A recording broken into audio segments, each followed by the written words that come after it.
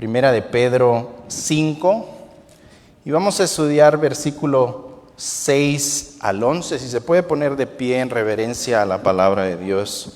Vamos a leer juntos. La palabra de Dios dice así: Humillaos, pues, bajo la poderosa mano de Dios, para que Él os exalte cuando fuera tiempo, echando toda vuestra ansiedad sobre Él, porque Él tiene cuidado de vosotros. Sed sobrios y velad, porque vuestro adversario el diablo, como león rugiente, anda alrededor buscando a quien devorar, al cual resistid firmes en la fe, sabiendo que los mismos padecimientos se van cumpliendo en vuestros hermanos en todo el mundo. Mas el Dios de toda la gracia, que nos llamó a su gloria eterna en Jesucristo, después que hayáis padecido un poco de tiempo, Él mismo os perfeccione, afirme, fortalezca y establezca. A Él sea la gloria y el imperio por los siglos de los siglos. Amén. Vamos a orar, hermanos. Padre, gracias por tu palabra. Gracias, Señor, por habernos dejado este libro inspirado por ti, Señor, exhalado por tu boca, Señor. Gracias, Señor, por amarnos tanto al punto de dejar todo por escrito. Te pido, Señor, en esta mañana que me ayudes, Padre, me ayudes a exaltar a Cristo por medio de tu palabra. Que tu pueblo salga saturado, lleno de Cristo, que su mente se inunde de nuestro Señor Jesucristo. Ayúdame a mí, Señor. Tú sabes que soy débil, un hombre débil, que dependo de ti, Señor. Nada puedo hacer fuera de ti. Ayúdame, Señor. Soy poco de palabras, Señor, y necesito tu ayuda en este momento. Te pido, Señor, que después de haber estudiado tu palabra, sea tu Espíritu Santo quien nos fortalezca y sea el Espíritu Santo quien transforme y regenere nuestra mente y nuestra alma y nuestro ser. Todo eso te lo pedimos en el nombre de Jesús. Amén. Puede sentarse, hermano. El título de nuestro estudio hoy es Glorificando a Dios en medio del sufrimiento. El año es aproximadamente 64 después de Cristo. Pedro escribe esta carta y nos dice que está en Babilonia, aunque muchos creen que esta era una palabra código para Roma. Obviamente Pedro no quería decir dónde estaba por cuestiones de seguridad. La carta fue dirigida a los creyentes de Ponto, Galacia, Capadocia, Asia y Bitinia. Estas eran providencias del Imperio Romano, lo que hoy conocemos como Turquía. Roma se encontraba en tiempos difíciles, tiempos desastrosos. Roma fue destruida por numerosos incendios que trajeron a la gran ciudad a escombros. Los romanos estaban destruidos, enojados, y ellos empezaron a culpar a su emperador Nerón por haber prendido fuego a la ciudad por un deseo de reconstruir la Roma antigua. Viendo que los romanos estaban culpando al emperador, el emperador rápidamente buscó a quién culpar. Y él empezó a culpar a los creyentes, a los cristianos, a la iglesia, ya que ellos ya eran odiados por la sociedad, porque ellos no se sometían a la cultura romana, ellos no se sometían a las religiones romanas, no se sometían a los dioses humanos y no se sometían al César, al emperador. No se sometían a adorar al César como Dios. Viendo que los romanos estaban pasando por esta situación y de repente empiezan a culpar a los creyentes, Los creyentes ya eran odiados, eran perseguidos, eran vituperados, eran burlados por ser creyentes. En el peor de los casos eran perseguidos, encarcelados, golpeados y asesinados por el simple hecho de mostrar lealtad a Jesucristo.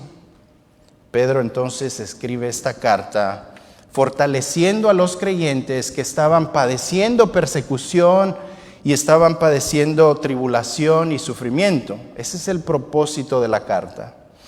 Ahora, el propósito de nuestro texto de hoy, Primera de Pedro 5, 6 al 11, nos presenta tres realidades para todo creyente viviendo bajo persecución o sufrimiento, para que aún en medio del sufrimiento glorifiquemos y demos gloria a Dios. Nuestro bosquejo es así. Pedro hace un llamado a humillarse ante Dios, versículos 6 y el 7. Pedro hace un llamado a vivir sobrios y velando, versículo 8 al 9. Y Pedro nos hace un llamado a una recompensa eterna. Así que esos son nuestros puntos de hoy. Vamos a ir en orden, vamos a desmenuzar el texto y vamos a ver qué es lo que el Espíritu Santo quiere decirnos en este día por medio de su palabra. Amén. Entonces empecemos con nuestro primer punto, un llamado a humillarse ante Dios. Cuando estamos pasando tribulaciones, cuando estamos pasando tristezas, problemas, desiertos, el llamado aquí es a humillarnos delante de Dios. Lea conmigo el primer verso, dice: humillaos pues bajo la poderosa mano de Dios. Todo creyente, hermano, corre el peligro de desanimarse cuando está bajo presión, cuando está bajo persecución, cuando está bajo enfermedad, cuando está bajo sufrimiento. Tendemos, ¿no es así?, a desanimarnos. El diablo es muy astuto y sabe que en los momentos difíciles el creyente es vulnerable. El creyente tiende a confiar en sus propias fuerzas, a confiar en su propia sabiduría, en sus propias finanzas, en su propia inteligencia, a ceder a la carne, ¿no es así? A las emociones, a los sentimientos, a querer hacer lo que yo quiero hacer. Y en muchas ocasiones a buscar venganza por nuestras propias fuerzas. Entonces aquí el mandato es el siguiente: humillaos, dice Pedro, suelten las riendas de su voluntad y humíllense. Este es un imperativo, lo que quiere decir es un mandato específico de parte del Espíritu Santo para todo creyente pasando por sufrimiento. Se refiere a causar humildad dentro de uno mismo, tener un carácter manso, un espíritu noble y que expresa sometimiento. Es lo opuesto al orgullo, hermanos. Versículo 5 nos ayuda a entender un poco el contexto. Si lee conmigo el versículo 5, dice: igualmente, jóvenes, estad sujetos a los ancianos, y todos, escuche, sumisos unos a otros, revestidos de humildad. ¿Por qué? Porque Dios resiste a los soberbios. ¿Y qué dice? Y da gracia a los humildes. La palabra pues aquí en el verso 6 es mejor traducida como así que o entonces, ya que conecta dos pensamientos, versículo 5 y el versículo 6. Pedro dice: Dios resiste a los soberbios y da gracia a los humildes. Versículo 6, entonces, note el énfasis: humillaos bajo la poderosa mano de Dios. El pensamiento de Pedro aquí es este: para recibir gracia de Dios mientras están pasando por tiempos difíciles, por persecución, por sufrimiento, entonces humíllense bajo la poderosa mano de Dios. Pedro continúa diciendo: bajo la poderosa mano de Dios. Es un símbolo del poder soberano de Dios y es una manera de demostrar que Él va a cumplir su voluntad sin importar quién se oponga, sin importar que hayan reyes o faraones o presidentes o naciones en contra de su voluntad. Él la va a llevar a cabo. Él es soberano. Éxodo 3, 19 al 20 ilustra este punto. Dice Dios hablando: mas yo sé que el rey de Egipto no os dejará ir, sino ¿por qué? Por mano fuerte. ¿Mano fuerte de quién? De Dios. Pero dice Dios: pero yo extenderé mi mano y heriré a Egipto con todas mis maravillas que haré en él, y entonces os dejará ir. Note que Faraón no es un robot programado a seguir todo lo que Dios dice, sino que él usa su mano fuerte para llevar a cabo sus planes. Humillaos bajo la poderosa mano de Dios es un llamado, escuche, a someterse a la voluntad de Dios y un llamado a abandonar el yo. ¿Quiénes de aquí les cuesta lidiar con el yo? Yo no lo puedo dejar en ningún lado, me sigue a todos lados. Yo, quédate ahí cuando veo y anda detrás de mí. Me duermo y oro y digo: Señor, ayúdame a morir al yo. Y despierto en la mañana y está ahí conmigo diciéndome: ¿qué vamos a hacer hoy? Tremendo, hermanos.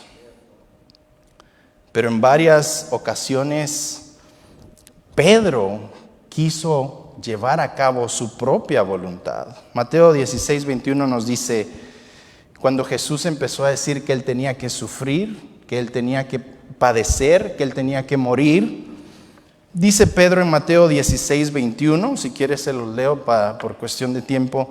Dice Mateo 16, 21: entonces Pedro, tomándolo aparte, comenzó a reconvenirle diciendo: Señor, ten compasión de ti, en ninguna manera esto te acontezca. Pero él, Jesús, volviéndose, dijo a Pedro: quítate delante de mí, Satanás. A Pedro, a Pedrito. Me eres tropiezo porque no pones la mira en las cosas de Dios, sino en la de los hombres. Pedro tratando de impedir que Jesucristo fuera a la cruz para salvación de nosotros. Cuando Pedro se dejó llevar por su carne, por sus emociones, sin saberlo estaba yendo en contra de la voluntad de Dios. Imagine a los ángeles en el cielo viendo esta escena diciendo: Pedro, ¿qué estás haciendo? Quítate, muévete. Versículo 24, Jesús continúa diciendo: entonces Jesús dijo a sus discípulos: si alguno quiere venir en pos de mí, ¿qué dice? Niéguese a sí mismo y tome su cruz y sígame. Sométase a la voluntad de Dios. Hermanos, Pedro tuvo que aprender a humillarse. Él era de un carácter fuerte, era un hombre orgulloso. ¿Recuerdan cuando fueron a arrestar a Jesús? ¿Y qué hace Pedro? Saca su machete y le corta una oreja y quería hacer un taco de oreja ahí. Y otra vez el Señor: ¿no vas a dejar que yo tome la copa que Dios me ha dado? ¿No sabes que tengo legiones de ángeles que me pueden defender en este momento? Guarda la espada, sométete a la voluntad de Dios. Hermanos, eso me lleva a una aplicación rápida. ¿Has aprendido tú a humillarte bajo la poderosa mano de Dios? ¿Has aprendido tú a someterte a la voluntad de Dios aún en el sufrimiento, en la enfermedad, cuando no todo va bien, cuando los cielos están nublados y parece que Dios no está contestando las oraciones? ¿Has aprendido tú a someterte a la voluntad de Dios aunque no la entiendas? ¿O estás tú peleando en contra de la voluntad de Dios? Algo en qué pensar. Job 2:10 dice: ¿recibiremos el bien de parte de Dios y no recibiremos también el mal? Este es un llamado a descansar en la total y absoluta voluntad de Dios, porque Él es soberano, hermanos. Él es omnisciente, Él es omnipresente, Él es infalible, Él es todopoderoso y nosotros no. Así que aprendamos a someternos a la poderosa mano de Dios, que significa su soberana voluntad, aún en los momentos difíciles. ¿Y cuál es el propósito de humillarnos bajo la poderosa mano de Dios? Pedro dice, continúa diciendo, lea conmigo: para que Él, ¿quién es Él? Dios, para que Él os exalte cuando fuera tiempo. Hermanos, hay un tiempo específico en el calendario de Dios para exaltar a todo aquel que sufrió por el evangelio de Jesucristo, que sufrió por la injusticia, que sufrió por ser leal a Cristo. Lucas 14:11 dice, porque todo el que se ensalce será humillado, y el que se humille será ensalzado. Hermanos, al contrario de muchos sermones y muchos predicadores de la prosperidad hoy en día, nosotros, los que estudiamos la Biblia, sabemos que esta no es nuestra mejor vida. Sabemos que este no es nuestro destino final, que no somos ciudadanos de este mundo. Pedro lo dice en el capítulo 1, somos peregrinos. Lo que sí sabemos es que nuestra mejor vida está por venir y Dios mismo nos exaltará cuando sea su tiempo. Ahora, ¿qué quiere decir exaltar al creyente? Aquí tipifica entrar a la vida eterna y ser parte de la familia de Dios, del reino de Dios. No merecíamos, hermanos, tener una silla en la mesa del rey, pero por gracia Él nos da la salvación, Él nos da la vida eterna, y esa es la exaltación que Pedro está hablando aquí. Es la salvación y vida eterna con Dios. Hermanos, al meditar estas preciosas verdades que Pedro nos está enseñando, toda prueba, sea grande, sea pequeña, se vuelve insignificativa. ¿Por qué? Porque nuestra mejor vida está por venir, hermanos. Esto es pasajero, un abrir y cerrar de ojos, un chasquear de los dedos. Y Cristo viene pronto y esa es nuestra mejor vida. Amén. Versículo 7 dice, echen sobre Él toda su ansiedad. Pedro sabía que una iglesia angustiada o perseguida, hermanos, enfrentaría ansiedad. Salir al supermercado era algo terroroso. Oír la puerta de tu casa podía significar una espada en tu pecho.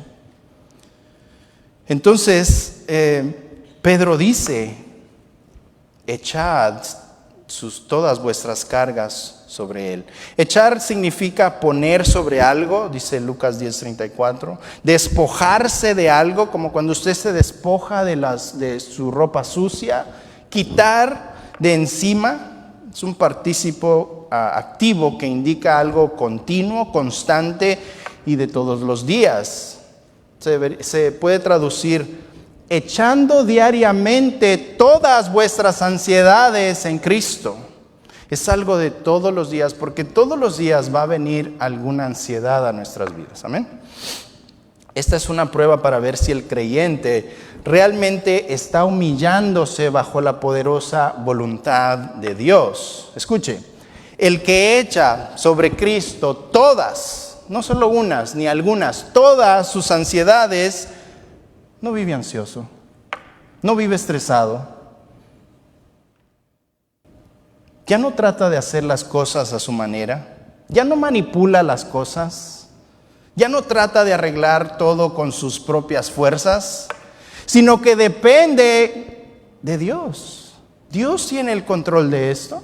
Dios tiene el control de lo que está pasando en mi vida. Dios tiene el control de lo que está pasando en esta sociedad. Dios tiene el control de lo que está pasando en esta iglesia, lo que está pasando en Ucrania, lo que está pasando en Rusia. Dios es soberano y Él tiene el absoluto control. Y escuche, nada se sale de su control. Hermanos, la ansiedad es un pecado que insulta la soberanía de Dios. William MacDonald, un comentarista que yo estudié para este pasaje, dice lo siguiente: la ansiedad es innecesaria. Oiga, no tenemos necesidad de llevar las cargas cuando Él, o sea Cristo, está dispuesto a llevarlas por nosotros. Es inútil angustiarse. La angustia no ha resuelto jamás ni un solo problema. La ansiedad es un pecado. Dijo un predicador, la ansiedad es pecado porque niega la sabiduría de Dios, dice que Él no sabe lo que está haciendo, niega el amor de Dios, dice que Él no tiene cuidado de nosotros y niega el poder de Dios, dice que Él no es capaz de librarme de todo lo que me está pasando, lo que me está causando ansiedad. Es algo de qué pensar, hermanos. Salmos 55, 22 dice, echa tu carga, son tu carga, tus problemas, tu ansiedad, tu estrés sobre el Señor. Y escucha, y Él te sostendrá, jamás dejará caído al justo. Hermano, ¿has meditado en ese salmo? ¿Has meditado que Dios tiene cuidado de nosotros? ¿Has meditado que Él nunca nos va a dejar ahí en el suelo? Versículo 7b, Pedro continúa diciendo el por qué. Porque Él tiene cuidado de vosotros. Hermanos, Dios no es indiferente a lo que está sucediendo en tu vida en este momento. Dios no es indiferente a tus dolencias, a tus sufrimientos. A Él le importa cada detalle de tu vida. Pedro quería inyectarles ánimo a estos creyentes perseguidos. Y esto sin duda los llenó de esperanza. Escuche bien y mediten esto. Dios tiene cuidado de ustedes. ¿Has meditado en eso? Dios tiene cuidado de ustedes. Entonces, como decía Pablo, si Dios con nosotros, ¿quién contra nosotros? Salmo 121 dice, Dios no permitirá que tu pie resbale, no se adormecerá el que te guarda. Ese es Dios que tiene cuidado de sus hijos, hermanos. Muchas veces escuchamos esto, nos entra por un oído y nos sale por el otro diciendo, oh sí, Dios tiene cuidado de nosotros, pero tengo que preocuparme por esto. Hermano, descansa en esta frase, Dios tiene cuidado de ti, de lo que está sucediendo en tu vida en este preciso momento. Hermano, ¿vives tú ansioso? A ver, ¿dónde están los que se comen las uñas? Los que le sudan las manos, las rodillas. ¿Vives tú ansioso, hermano? ¿Vives tú estresado? ¿Vives deprimido? Escucha, Dios tiene cuidado de ti. Dios tiene cuidado de ti. Podría predicar eso toda la tarde. Hermano, quiero pedirte un favor o exhortarte a que sueltes las riendas de tu vida. Suelta el control que tú supuestamente tienes. Echa todas tus ansiedades en Cristo, porque Él dijo que las echáramos en Él. En Juan 11, 28, 30 dice, venid a mí todos los que estáis trabajados y cargados, y yo os haré descansar. Hermanos, ese descanso que Él nos da es porque nosotros dependemos de la soberanía de Dios y Él tiene cuidado de nosotros y Él tiene el control de nuestras vidas. Dice, llevad mi yugo sobre vosotros y aprended de mí que soy manso y humilde de corazón y hallaréis descanso para vuestras almas. Porque mi yugo es fácil y ligera mi carga. Si Él ofrece que Él, hermanos, se hace voluntario a llevar nuestras cargas, ¿por qué querer llevarlas nosotros? El orgullo tal vez no nos deja. Hay que lidiar con el yo. Hermano, Dios tiene cuidado de ti y eso debería ser suficiente para el creyente para no vivir en ansiedad. No debería de haber ningún ansioso en la iglesia, porque Dios tiene cuidado de nosotros. Eso nos lleva a nuestro segundo punto. Ese reloj está corriendo muy rápido. Este es el punto número 2, un llamado a vivir sobrios y alertas, versículo 8 y 9. Versículo 8, lea conmigo, vemos dos imperativos. Sed sobrios y velad. Hermano, un soldado desanimado pierde el enfoque de por qué está en la guerra y eso es muy peligroso. Quita la mirada del enemigo por un momento y el enemigo va a venir contra ti con todo. Pedro sabía que los creyentes bajo tribulación estaban propensos a bajar la guardia, enfocarse en sí mismos, hacerse las víctimas. Miren lo que estoy pasando. ¡Ay de mí! Note que esta es una responsabilidad humana. Otra vez, dos imperativos, dos mandatos para el creyente que esté pasando por sufrimiento. Sobrios es estar en un absoluto control de sí mismo, no controlado por nada externo, sino que estar en sus sentidos cabales y tener un dominio propio bajo cualquier circunstancia. William MacDonald otra vez comenta sobre esta palabra. Ser sobrio significa ser serios en nuestro pensamiento, adoptar un enfoque realista ante la vida, ser inteligentes, tocantes a las estratagemas de Satanás. Estar sobrios es estar viendo cuáles son mis debilidades, dónde podría atacarme el enemigo. 1 Pedro 1:13. Pedro usa esta misma palabra y dice: ceñid los lomos de vuestro entendimiento, sed sobrios y esperad por completo en la gracia que se os traerá cuando Jesucristo sea manifestado. Velad se refiere a estar despierto, alerta, atento, vigilando en todo tiempo con los ojos abiertos, cuidando. En 1 Pedro 4:7 también él usa esta palabra. Y dice: mas el fin de todas las cosas se acerca, sed pues sobrios y velad. ¿En qué? En oración. Sed sobrios y velad enfatiza el no enfocarnos en el sufrimiento, no enfocarnos en lo que está pasando en nuestras vidas, en lo temporal, sino en lo que está por venir. Muchas veces nos ahogamos en un vaso de agua porque vemos solo lo que estamos pasando y no nos enfocamos de que Dios está trabajando y que viene un futuro glorioso que nos espera a cada uno de nosotros. Y en vez de enfocarnos en lo que el Señor nos ha prometido en su palabra, nos empezamos a ahogar en esos problemas del diario vivir. La oración, hermanos, es una herramienta que nos ayuda a no caer en tentación y enfocarnos en la eternidad, en lo que viene. Jonathan Edwards solía decir: estampa la eternidad en mis párpados. ¿Para qué? Para no enfocarme en lo que está pasando en este mundo, para poner mi mente en lo venidero, en lo eterno, en lo que durará para siempre. Hermanos, y así debería ser nuestra mente, estar velando por las cosas espirituales, estar velando por lo eterno, lo que va a existir por la eternidad. Ser sobrios enfatiza entonces no enfocarnos en los problemas, sino en que Cristo viene pronto. Pedro dice, ¿por qué está demandando esto? Versículo 8b dice: porque vuestro adversario, el diablo, como león rugiente, anda alrededor buscando a quien devorar.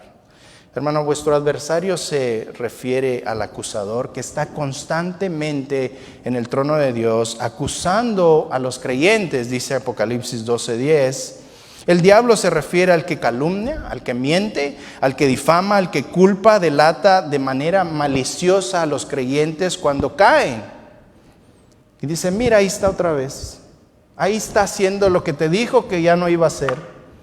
Hermano, pero abogado defensor tenemos delante de Dios que nos dice: yo morí por esa persona, mi justicia es suficiente. Pedro ilustra al adversario como un león rugiente.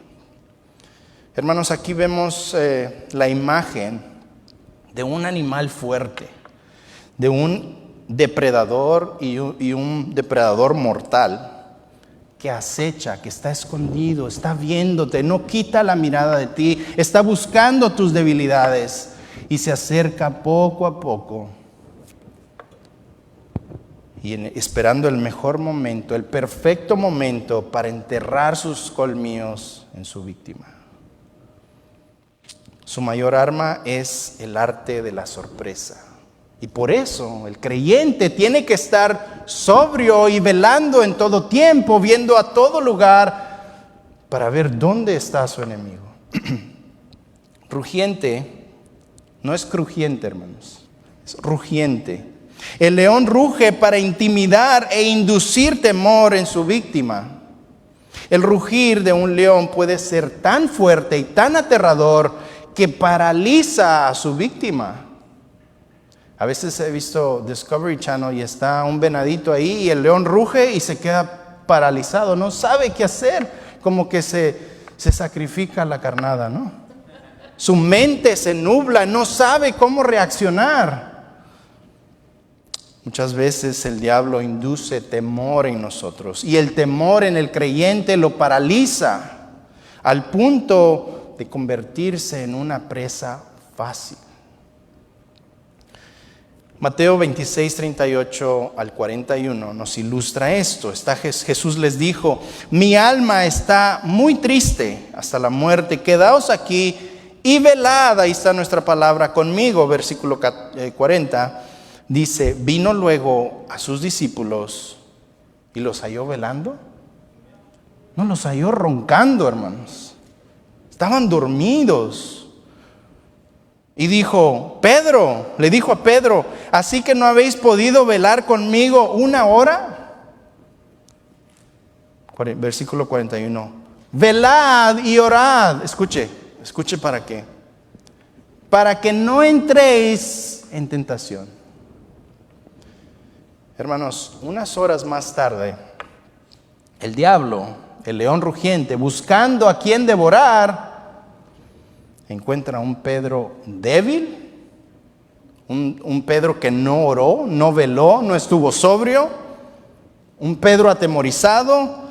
Y cuando una criada le pregunta si él era discípulo de Jesús, Pedro se paraliza, su mente se nubla y hace lo impensable, hermanos. Negó a su Señor no solo una vez, no 2 veces, 3 veces.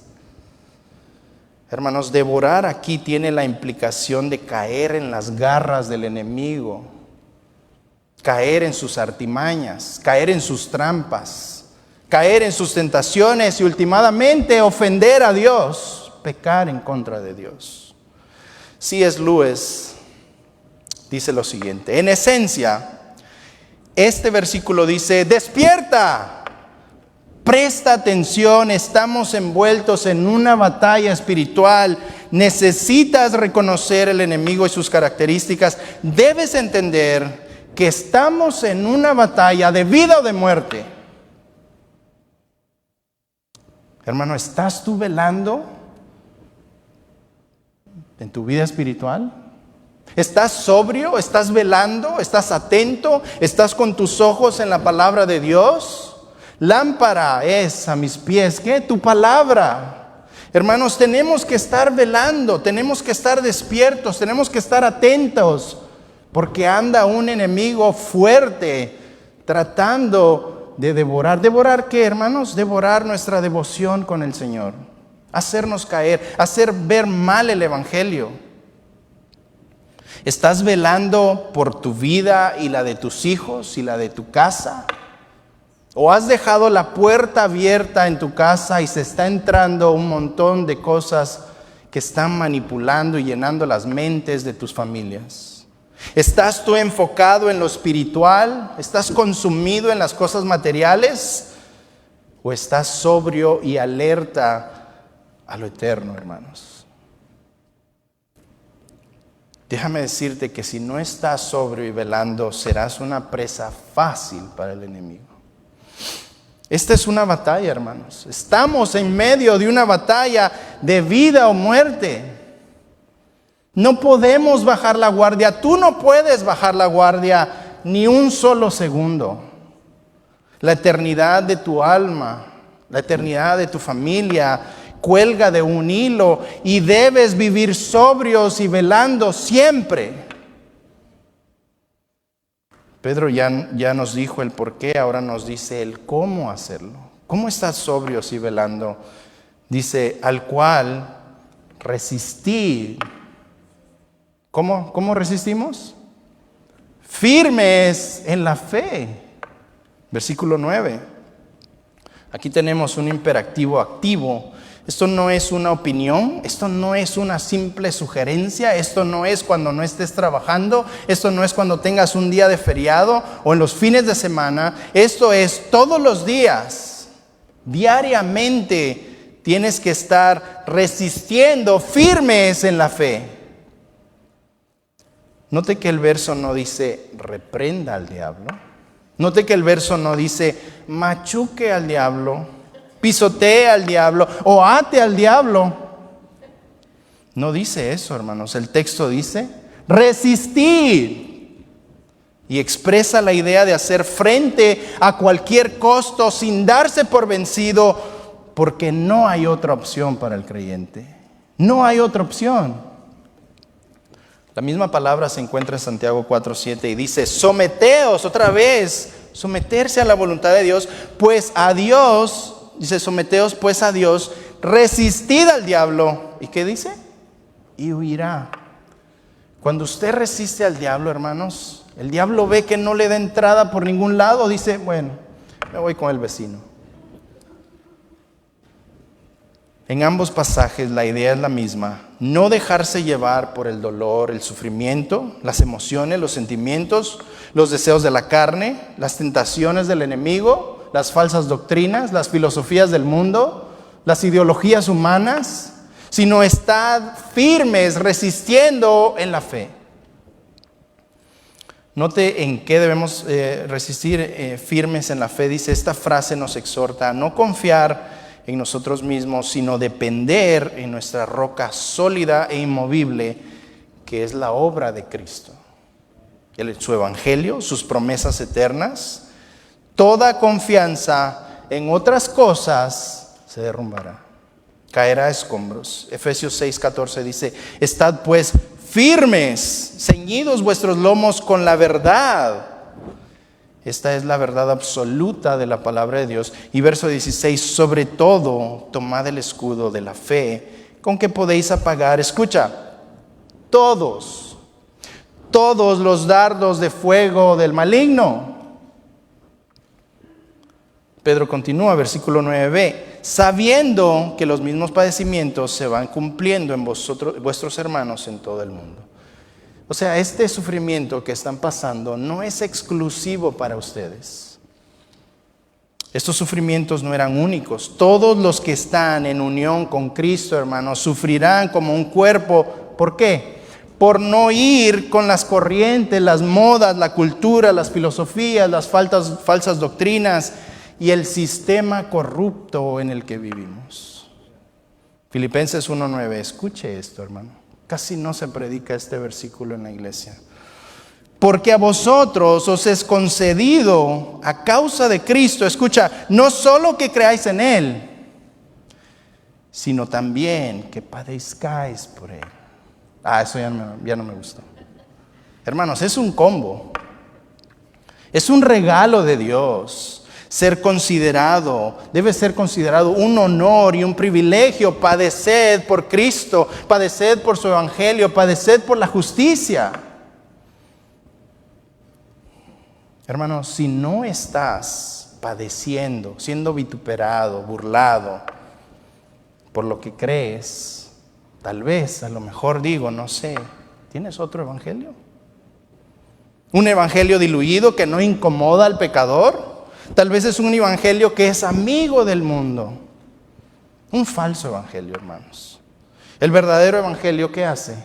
Insta, redarguye, reprende y exhorta en todo tiempo, según de Timoteo 4:2. Y cuando es predicado correctamente, causa dos cosas: rechazo y odio.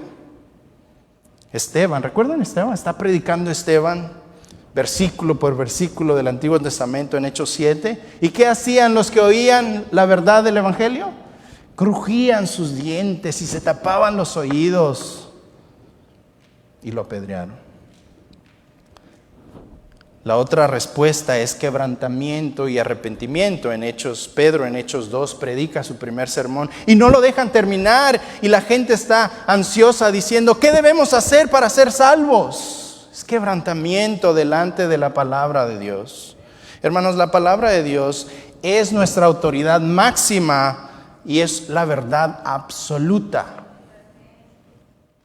Si vivimos conforme a la palabra en estos tiempos, en esta cultura, en esta sociedad, nos opondremos a los movimientos de este mundo. Nos opondremos al aborto, nos opondremos al homosexualismo, al matrimonio homosexual, al feminismo extremo, las falsas religiones, los falsos profetas, las falsas filosofías humanas y todo lo que se levanta en contra de la palabra de Dios. Hermanos, eso traerá persecución a nuestras vidas en cualquier parte del mundo. Nos dirán que somos intolerantes, nos dirán que somos faltos de amor, nos dirán que causamos divisiones y que somos el problema de la sociedad y por causa de esa causa nos odiarán. Y vendrán sufrimientos y vendrán persecuciones. Y la pregunta aquí es, ¿estás viviendo el verdadero evangelio? ¿Estás viviendo un evangelio que incomoda a los que están a tu alrededor? ¿Estás viviendo un evangelio que incomoda a tus vecinos, a tus familiares, con la verdad de Cristo? Charles Spurgeon solía decir, no somos el caramelo de esta tierra, somos la sal de la tierra, algo que el mundo querrá escupir en vez de tragar. Esto nos lleva a nuestro último punto y me quedan 11 minutitos. Vamos a llegar, hermanos, a la meta. Punto número 3, llamados a una recompensa eterna. Lea conmigo. Dice, mas el Dios de toda gracia, que nos llamó a su gloria eterna en Jesucristo, después que hayáis padecido un poco de tiempo, Él mismo os perfeccione, afirme, fortalezca y establezca. Pedro termina esta carta con una poderosa declaración llena de gracia y misericordia para los creyentes en esta región. Pedro dice, mas el Dios de toda gracia. El artículo definido aquí, el Dios, demuestra que nuestro Dios es el único Dios que tiene este atributo. Él no es un Dios de gracia, no, Él no es algún Dios de gracia, no, Él es el único Dios, escuche, de toda la gracia. No hay verdadera gracia fuera de Él. Dios es la fuente inagotable de toda gracia y es parte de su naturaleza. Éxodo 34:6 dice, Jehová pasó por delante de él y exclamó, Jehová, Jehová, Dios fuerte, misericordioso y piadoso, tardo para la ira y grande en misericordia y verdad. Misericordia también es gracia. Gracia significa dar algo de gran valor que no merecemos. Entonces fue en esa gracia inmerecida que dice, miren lo que dice, que nos llamó. La palabra llamó tiene el significado de convocar, de mandar a traer. Lo usaban los reyes en esos tiempos, de convocar a alguien, mandarlo a traer, llamarlo a su presencia. Hermanos, esto no era, dile que si quiere venir, dile que si tiene tiempo que venga. No, es un llamado a venir delante de Dios, es un llamado. Él nos llamó. Aquí no está en que, por favor, si me dejas entrar en tu corazón. No, es un llamado. ¿Recuerdan cómo Jesús llamó a los discípulos? Mateo, sígueme. No le dijo, oye, ¿te gustaría ser mi discípulo? No, sígueme. ¿Qué hizo Mateo? Dejó todo ahí y siguió al maestro. Es un llamado específico para los escogidos de Dios. Este llamado está en un verbo auristo, que significa que fue establecido en algún tiempo en el pasado, antes de la fundación del mundo. Romanos 8:30 nos muestra esto. Dice, a los que predestinó, a estos también llamó. Y a los que llamó, a esos también justificó, y a los que justificó, a estos también glorificó. Hermanos, ¿para qué somos llamados? Dice aquí, a su gloria eterna en Jesucristo. ¿Qué llamado, hermanos? A veces no meditamos en lo que estamos leyendo. Es un llamado a su gloria eterna en Jesucristo. Note que este llamado no es algo temporal o pasajero, sino para su gloria eterna. Cuando Dios llama a una persona a salvación, esa persona está segura en Jesucristo. Es un hecho que sucede al instante y tiene un resultado eterno. Pablo lo dice de esta manera: estando persuadido de esto, que el que comenzó en vosotros la buena obra, o sea, el que nos llamó, la perfeccionará hasta el día de Jesucristo. Filipenses 1:6. Hermanos, si Él te llamó, Él te está perfeccionando en el camino, pasándote por momentos difíciles, pasándote por fuego a veces, para perfeccionarte, para moldearte. Hermanos, cuando los creyentes saben que Dios tiene asegurada su vida eterna, el creyente puede enfocarse en vivir para los planes de Dios. Juan 10:28 dice: y yo les doy vida eterna, y no perecerán. ¿Cuándo dice?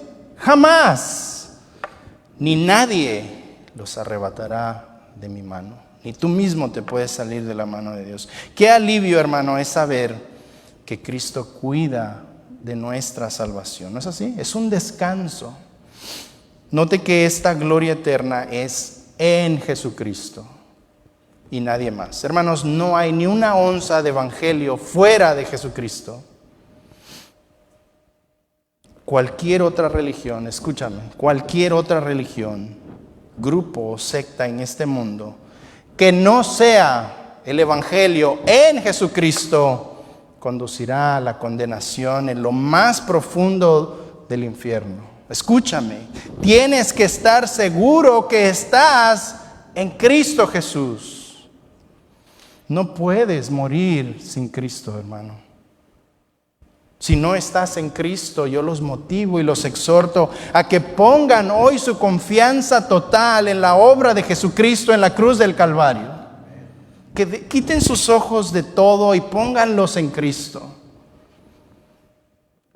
Hermanos, todo el que está sin Cristo es una pobre alma destinada a la condenación.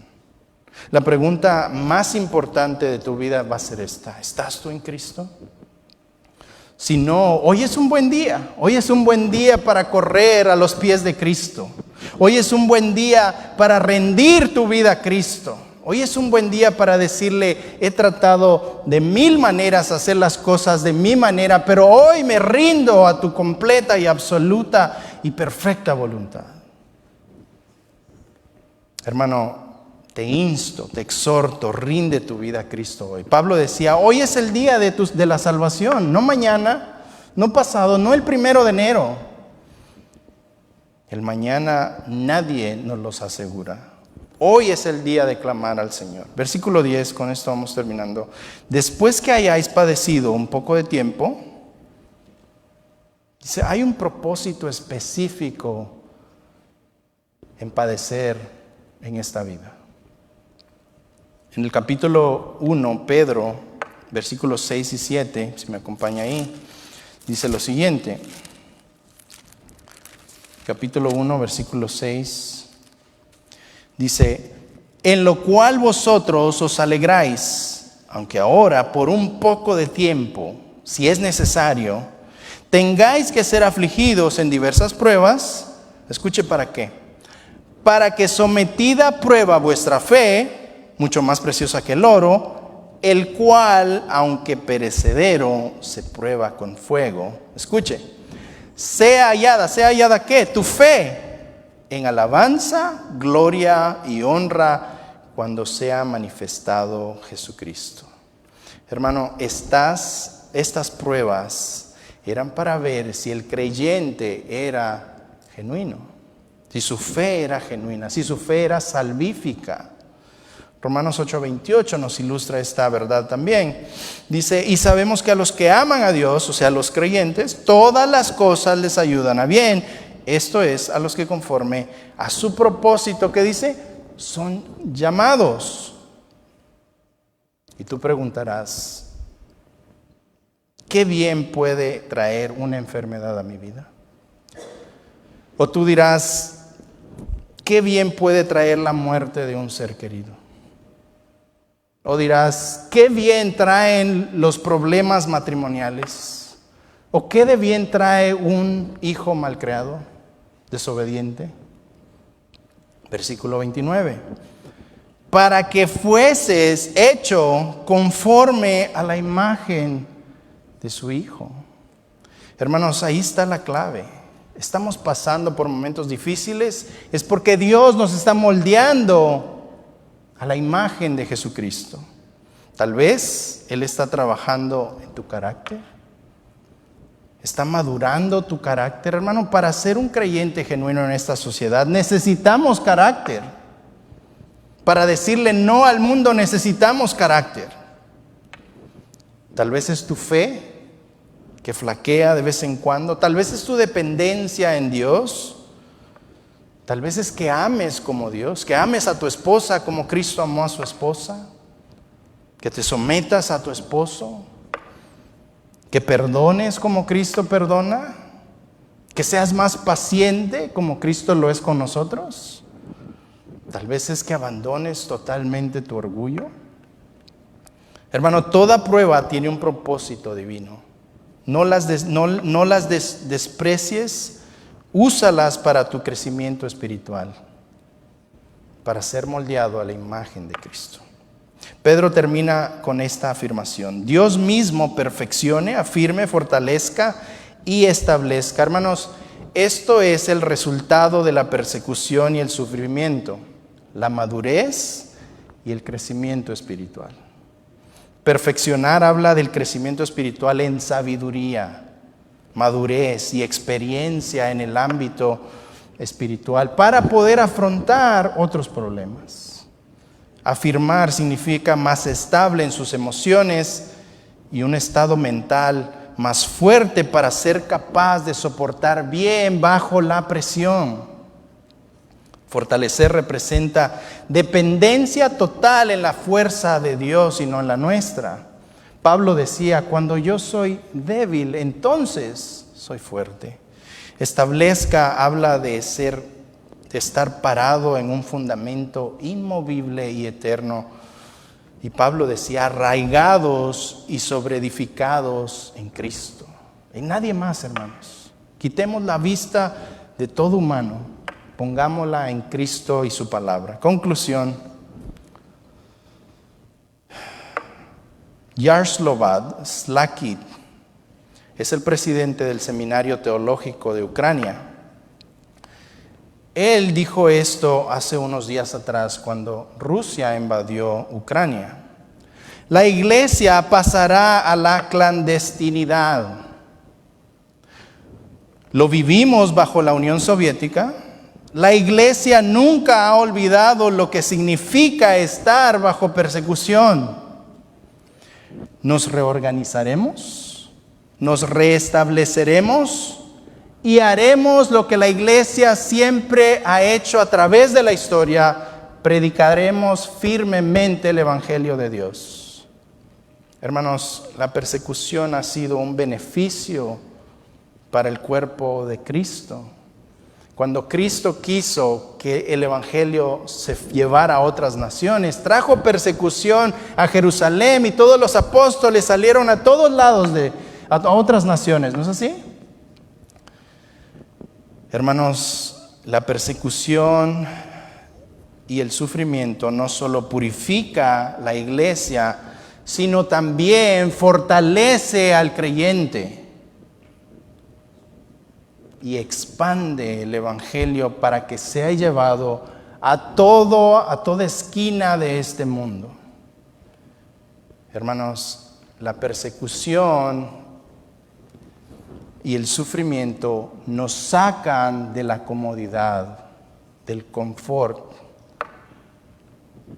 La persecución y el sufrimiento es un trampolín, escuche bien, que lleva al creyente de gloria en gloria, porque en cada sufrimiento ahí está Dios. Hermanos, yo no sé usted, pero la persecución y el sufrimiento es una herramienta en la caja de Dios para acercarnos a Él. Yo no sé si usted recuerda si ha pasado algún momento difícil o un momento de un problema grave. Yo recuerdo una vez que a mi hija, ella tenía un virus aquí en el cerebelo. Y fuimos y la llevamos al hospital y los médicos nos dijeron literalmente, planeen quedarse en el hospital unos meses. Porque no sabemos qué tenemos, vamos a llamar a especialistas de otros lugares. Y estábamos asustados, mi esposa y yo estábamos asustados. ¿Y qué hicimos? Oramos, hermanos.